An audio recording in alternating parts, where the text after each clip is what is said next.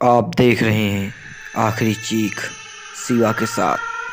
तो चलिए बढ़ते हैं आज की कहानी की ओर। यह बिहार की एक सच्ची घटना है, श्वेता नाम की लड़की की और उसकी छोटी बहन की। उसकी छोटी बहन बहुत शरारती थी।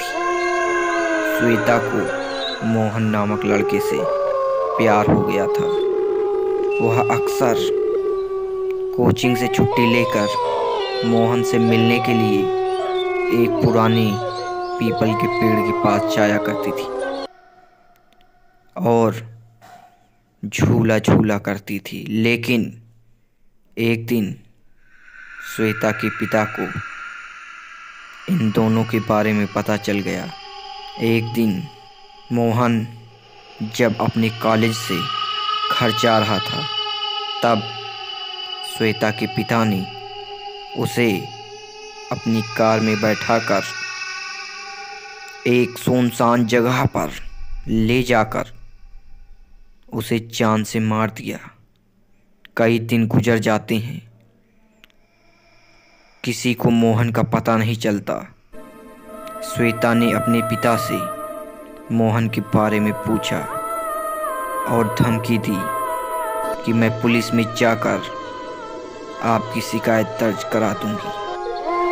तब श्वेता के पिता ने श्वेता को उसी जगह पर ले जाकर पीपल के पेड़ में फांसी पर लटका दिया था। श्वेता की लाश को पेड़ से नीचे उतारा गया।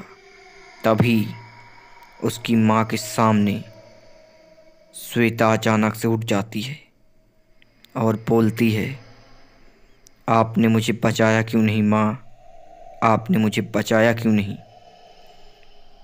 इतना सुनकर श्वेता की माँ बेहोश हो जाती है। शाम का समय था, ठंडी ठंडी हवाएं चल रही थी। आसमान में घने बादल छाए हुए थे, मानो बारिश होने वाली हो। उसकी छोटी बहन अपने कमरे में बुक पढ़ रही थी कि तभी अचानक से उसकी बुक नीचे गिर जाती है और उसकी सिस्टर बुक उठाने के लिए नीचे की ओर देखती है। तभी उसे बेड के नीचे अचानक से श्वेता का चेहरा भयानक रूप में दिखाई पड़ता है। इतना देखकर वह जोर से चिल्लाई।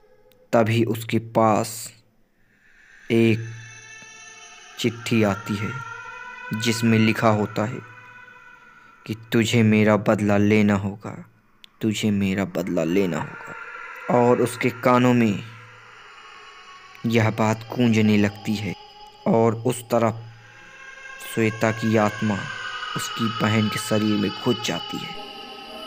श्वेता की बहन अपने पिताजी से बदला लेने के लिए आगे बढ़ती है।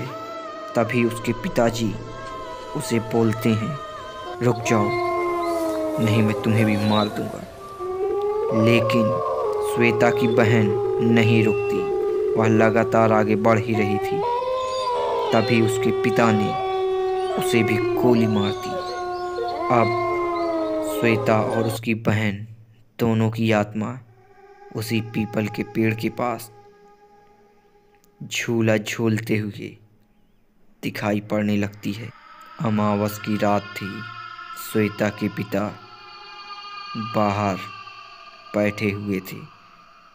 तभी अचानक से उनके सामने रखी कुर्सी हिलने लगती है। कमरे की सभी लाइटें बंद चालू बंद होने लगती हैं। हवाएं तेज चलने लगती हैं। बादलों के बीच गर्जना होने लगती है।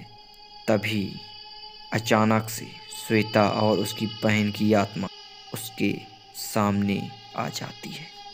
श्वेता अपने पिता को अपने नाखूनों से मार देती है और उसी पीपल के पेड़ के नीचे ले जाकर दफना देती है। तब जाकर श्वेता और उसकी बहन की आत्मा को शांति मिलती है।